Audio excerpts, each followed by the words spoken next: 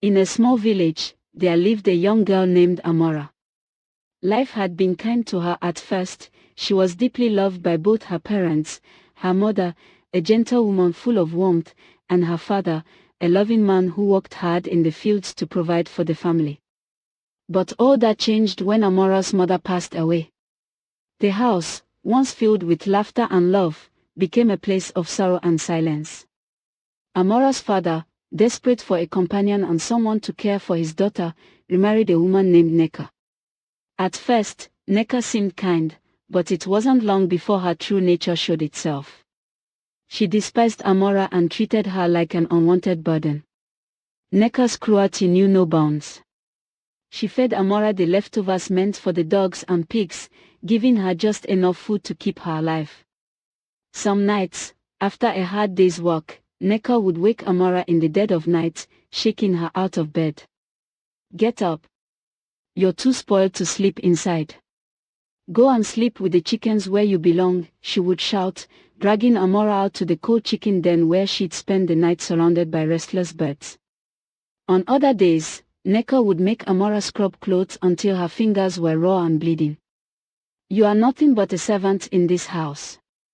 You will work until your hands fall off," she would sneer, watching Amora struggle under the burden of chores.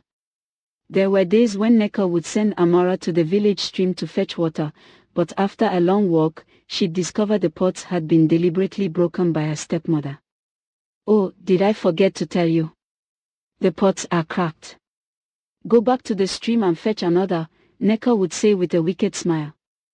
Amora endured these cruelties with a quiet strength, her heart full of sadness but her spirit unbroken.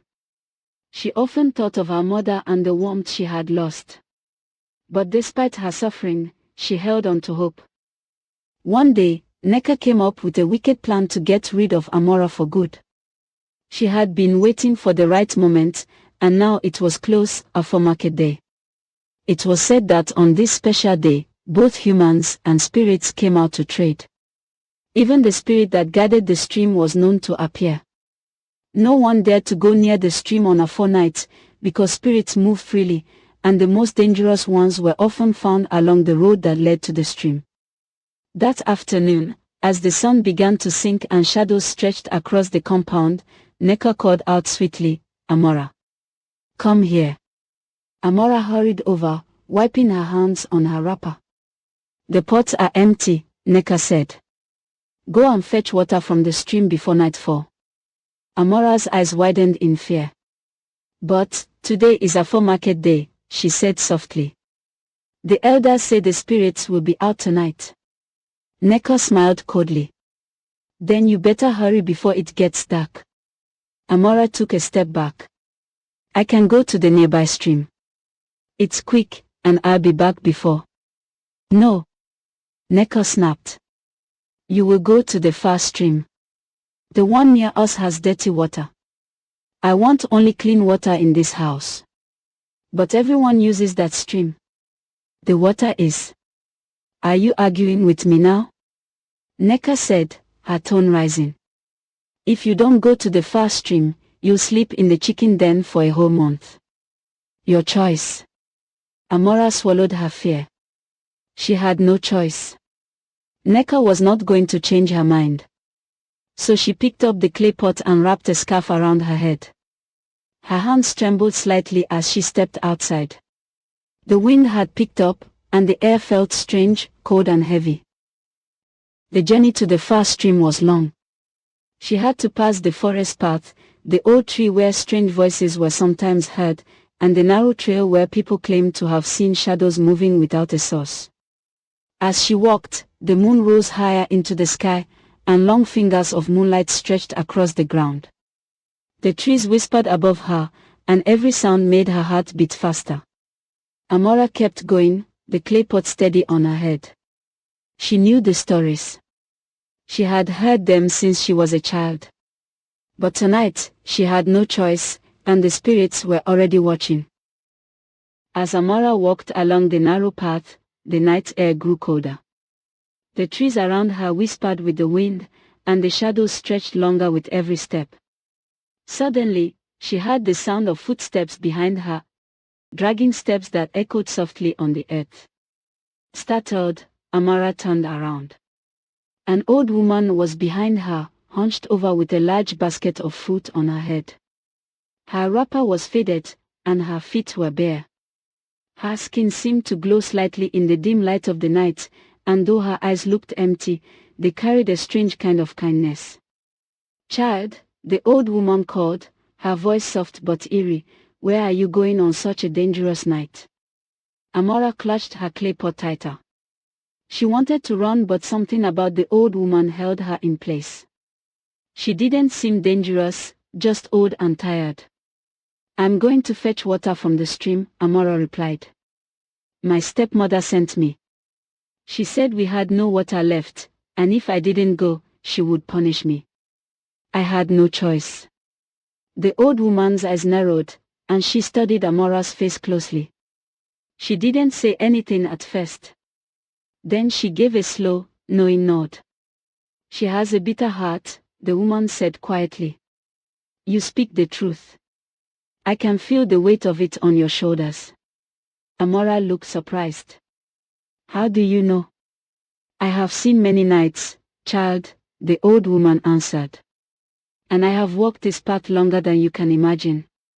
The spirits speak to me. They whisper the truth when others try to hide it. Your heart is pure."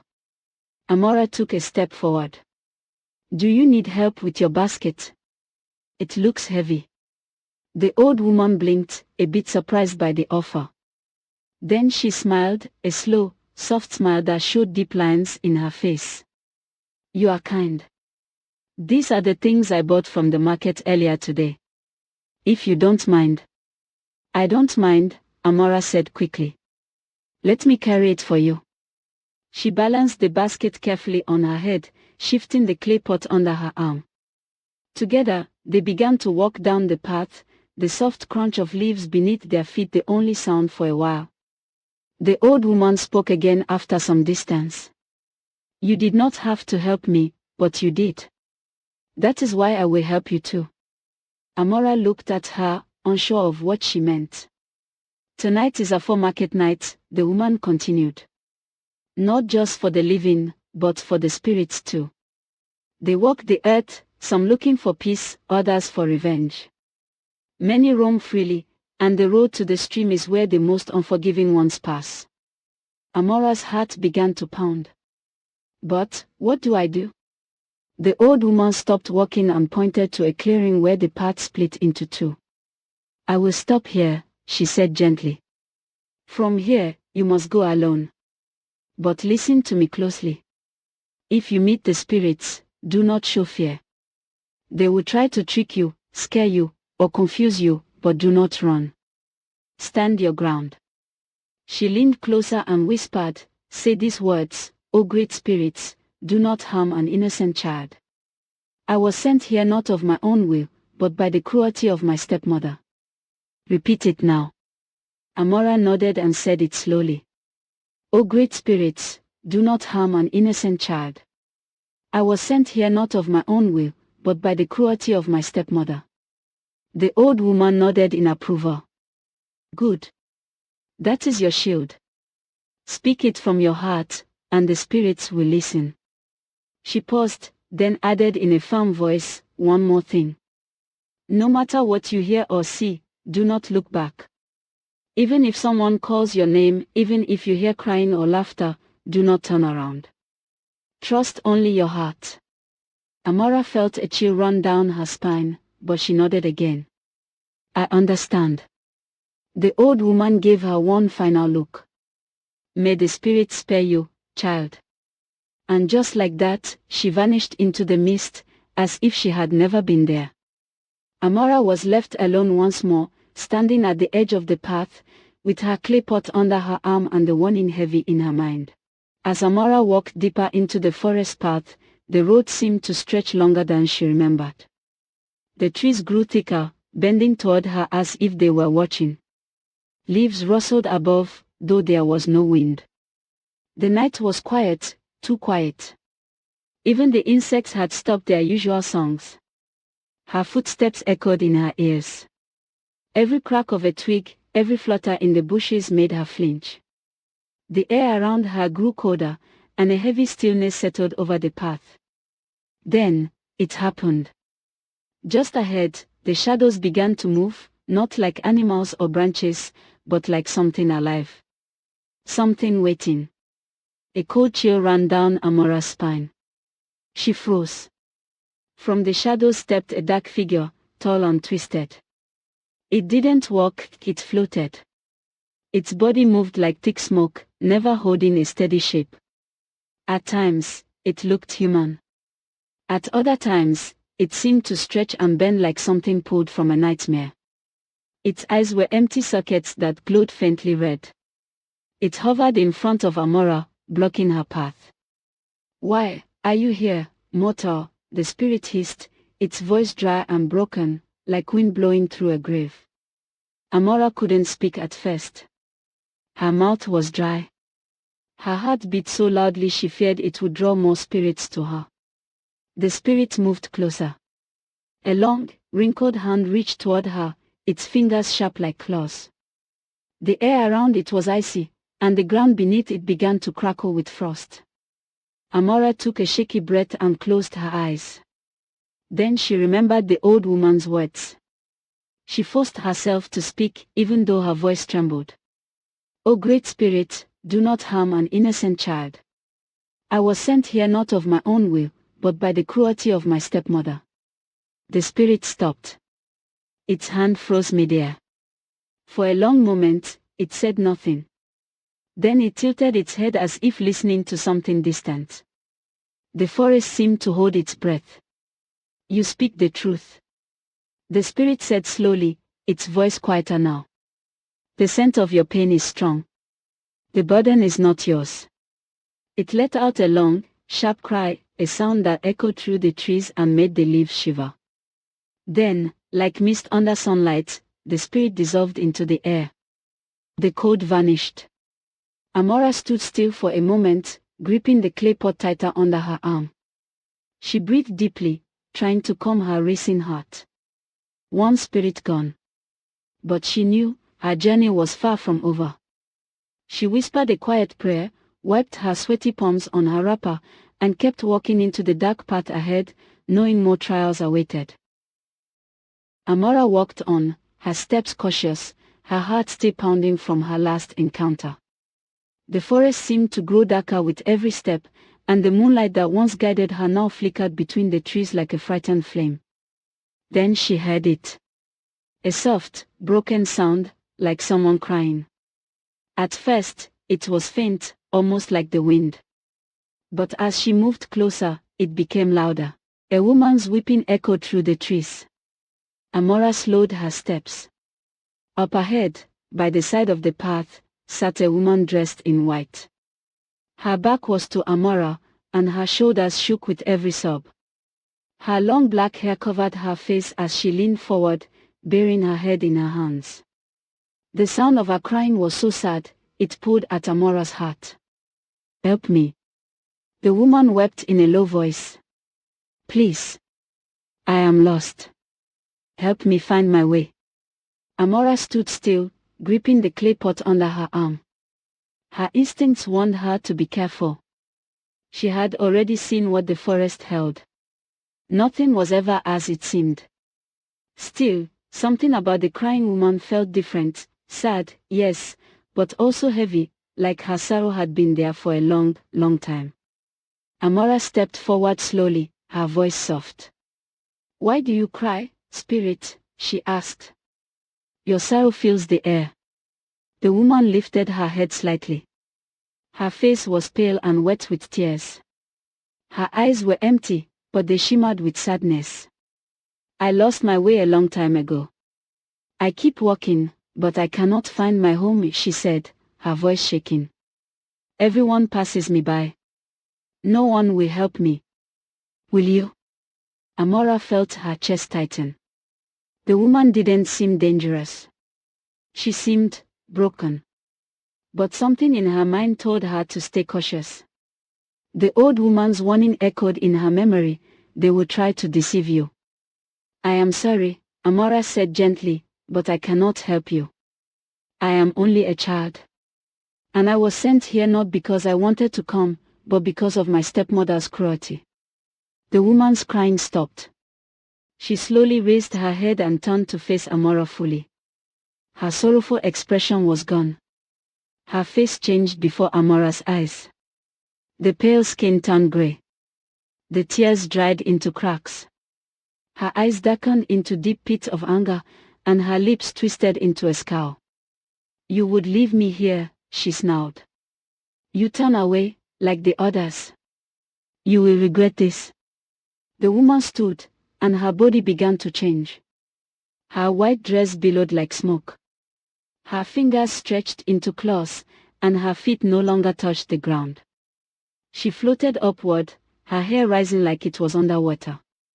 Amora took a step back, but she stood her ground. Her voice shook, but she said the words again. O Great Spirit, do not harm an innocent child. I was sent here not of my own will, but by the cruelty of my stepmother. The spirit shrieked. A sound so sharp, Amora had to cover her ears.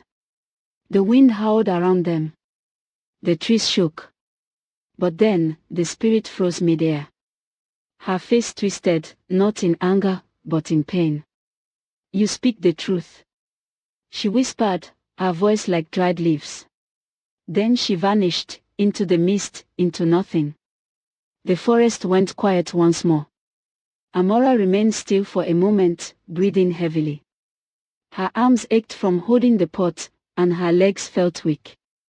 But she knew she had to keep moving. The path was still long. She looked back once, just once, and saw that where the woman had sat, the ground was wet, as if it still held the tears of a spirit who could never find peace. And so, Amora walked on, holding tightly to her courage, and to the old woman's words. The trees began to thin, and the sound of water reached Amora's ears. She was close, so close to the stream. Her arms were tired, her legs weak, and her feet covered in dust and scratches. But she kept going, holding tightly to the clay pot and the words of the old woman. She had survived the spirit so far, and soon, she would fetch the water and return home. Just a little further. Then, she heard it. A voice. Soft and familiar. Amora, my child. She froze. That voice, gentle, warm, and full of love, was a voice she had not heard in many moons. It wrapped around her heart like a mother's arms. She looked up. Standing by the edge of the stream was a woman, tall and graceful, wearing a blue wrapper with tiny white flowers, just like the one her mother always wore on market days. Her arms were wide open, and her face glowed in the moonlight. It was her mother. Her beautiful, kind mother. The mother she had cried for in the dark. The mother whose voice she often imagined when the nights were too long and Neko's punishments too cruel. Amora, the woman said again, smiling through tears. Come to me. I have missed you so much. Amora's breath caught in her throat. Her eyes burned, and the pot slipped a little in her grip. She took one step forward, then another. Her lips trembled as she whispered, Mother. The woman nodded gently, still smiling. Yes, my love. I am here now. You don't have to be afraid anymore. Come. Amora's heart beat wildly. All she had ever wanted since her mother died was one more hug. One more day. One more moment. And here she was, waiting. But then, something tugged at her memory. The old woman's warning. Some spirits will take the form of those you love, even your dear mother. Do not believe what you see. Amora blinked, and for a split second, the woman's smile faltered. Was it real? She looked again, and noticed something off. The woman's feet weren't touching the ground. The air around her felt too still, too cold. Amora's tears spilled down her cheeks.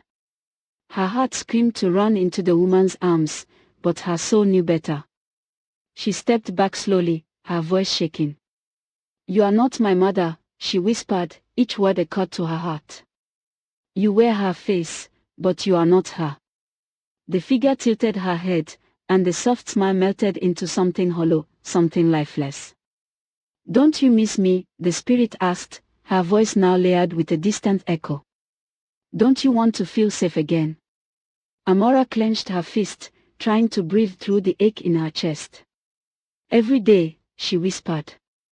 I miss her every day. But I know she would never come back this way. Not to trick me. Not to hurt me. Then, louder, firmer, through tears and fear, she said. O great spirit, do not harm an innocent child. I was sent here not of my own will, but by the cruelty of my stepmother. The spirit stared at her, the warm face now pale and cracked, the eyes no longer soft but hollow like two dark stones. You should have come to me, it hissed. And then it faded. Just like that. Gone. The stream flowed quietly. The night air returned to normal, but Amora's chest ached with grief. She wiped her tears with the back of her hand. Her clay pot felt heavier than before, but she held it tighter. Do not look back, she whispered to herself, the words trembling but true. She turned her face from the memory and stepped toward the stream, her real destination, her final task. The spirit had tried to break her heart, but she would not be broken. Not tonight. At long last, after what felt like a journey through a nightmare, Amora saw it, the stream. It lay ahead, glowing under the full moon like a path made of silver. The trees no longer whispered threats, the shadows no longer chased her. Instead, a soft wind blew across the land, making the tall grass dance like quiet spirits. The moonlight lit up the bank, painting everything in a gentle, silvery glow. The water sparkled as if stars had fallen into it. Amora stood still for a moment, barely believing she had made it this far. Her dress was torn. Her feet were sore. Her arms ached from holding the clay pot so tightly. But she was alive. She had passed the old woman. Faced the dark spirit. Withstood the weeping woman. Turned away from the illusion of her mother. And now, the stream. She stepped forward slowly, her breathing deep and careful. The grass tickled her ankles. The sound of the water was soft, like it was calling her closer. Kneeling by the water's edge, Amora placed the clay pot down gently and cupped her hands to steady herself. Just as she bent to scoop water into the pot, the ground beneath her shook. The wind stopped. The air grew cold. Then, the surface of the water began to ripple, first gently, then violently, like something was rising from deep below. Amora stumbled back, her heart pounding. Before her eyes, a tall figure began to rise from the middle of the stream. Water poured off its broad shoulders and flowed down its body like a living robe. Its skin shimmered like wet stone, and its glowing eyes lit up the darkness. It had no mouth, yet its voice echoed all around her like rolling thunder. Who dares disturb my waters on this sacred night? Amora felt her knees weaken, but she stood tall, clutching the clay pot to her chest like it was a shield. Her voice was small but steady. O great spirit, do not harm an innocent child, she said. I was sent here not of my own will, but by the cruelty of my stepmother. The spirit's eyes narrowed, glowing brighter. It did not move closer, but the pressure in the air grew heavier, like the whole world was watching her. Many have come to this stream with lies in their mouths and evil in their hearts, the spirit boomed. Why should I believe you? Amora took a deep breath, tears stinging her eyes, but she did not look away. Because I faced fear and did not run. I was kind to those who tricked me. And even when I saw the face of my own mother, I did not fall. The spirit was silent. The stream calmed. Then, slowly, the spirit began to sink back into the water, its glowing eyes never leaving Amora. You are brave, child, the spirit said, its voice now quieter, like rain on leaves. Many would have failed before reaching me. But your heart remained true. The glow faded. The ripples vanished. The stream returned to peace. For a moment, Amora just stood there, stunned. Then she knelt once more, gently scooped the clear water into her clay pot, and filled it to the brim. She placed the lid carefully on top and held it tight against her chest. The journey back still lay ahead, but for now, under the light of the full moon, beside the sacred stream, Amora allowed herself one small smile. She had come with nothing but courage and truth. And it had been enough. When Amora stepped into the compound, the morning sun had just begun to rise, painting the sky with soft shades of gold and purple. Her clay pot was still in her hands, filled with the water she had fetched from the sacred stream. Her face was tired but peaceful, her eyes glowing with quiet strength. The yard was silent. Neka stood by the doorstep, eyes wide with disbelief, her mouth slightly open as if she had seen a ghost. "You," she breathed, rising slowly to her feet. "You came back." Amora said nothing at first. She placed the pot carefully on the ground and looked her stepmother in the eye. "I have returned," she said softly. Neka staggered back, her face pale with fear. "No, it's not possible. No one survives the spirit of a fortnight. I sent you to perish." She stopped herself, realizing too late she had spoken the truth aloud. But Amora did not respond. She simply walked past her and into the house, her feet calm and her heart steady. She no longer feared Neka. She no longer feared anything. That night, the wind changed. A cold breeze swept through the compound, whispering through the trees like old voices remembering ancient wrongs. Neka could not sleep. Her bones ached. Her stomach turned. She tossed and turned, her body covered in sweat. By morning, her sickness had begun. At first, she thought it was just a fever. But no herb worked. No prayers brought peace. Her body grew weaker by the day, her skin pale, her eyes sunken. She would scream at night, swearing that shadows crept through the walls and that cold fingers touched her feet. She had forgotten. She had forgotten what the elders always said: whoever survives the journey to the stream on a fortnight shall be protected by the spirits. Any evil aimed at them shall return to the heart of the sender. And now, her cruelty had returned to her. Days later, Amora's father returned from the long journey he had embarked on. He was worn and dusty, carrying gifts and stories from distant lands. But joy turned to sorrow when he saw Neka lying on her mat, sick and fading, her voice no louder than a whisper. "What happened to my wife?" he cried, kneeling beside her. But no one had answers. That evening, Neka called for Amora. Her breathing was shallow. Her hands trembled as she reached out. Amora came and knelt beside the bed, her eyes calm, her heart open. Neka looked at her with tears streaming down her face. "Amora, the spirits, they are coming for me." Her voice cracked with fear. "I am sorry for all I did to you. You deserved kindness, not scorn. And yet I gave you only bitterness and pain." Her body shook violently, and she gasped for breath. "I sent you into the forest to be lost forever, but you came back. You came back, and now I see, you are not an ordinary girl. The spirits walk with you. And I can feel them now." Amora felt tears rise in her eyes. She had been mistreated, unloved, cast aside. But in that moment, she saw before her not a wicked stepmother, but a broken woman, crumbling under the weight of her own sins. "I forgive you, Neka," she said gently, reaching out to touch her hand. "Truly, I do. Rest now. Let go of your burdens." Neka looked into her eyes, and for the first time, there was no hate, only sorrow. A final breath escaped her lips. She closed her eyes and was gone. Amora's father, who had listened from the doorway, stood frozen. He had not known the depth of what had happened between his daughter and his wife.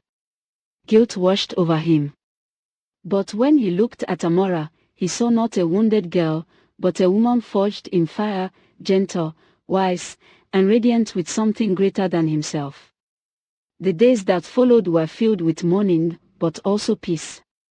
Amora, once cast aside as a burden, now became a woman of honor in the village. People whispered about the girl who had survived the spirits of Aphrodite. Mothers told their children her story. Elders invited her to gatherings for wisdom. Women came to her for advice. Men spoke of her strength and grace. But Amora remained humble. She kept a clay pot in a quiet place in her room, a reminder of her journey, her pain, and her victory. And the spirits never troubled her again. For they knew her. They had tested her. And she had not broken. She was no longer just the girl left in the dark, she was a survivor, a bearer of light, a living story. And thus, in the heart of the village, the name Amora came to mean something more, one who walks with spirits and returns whole.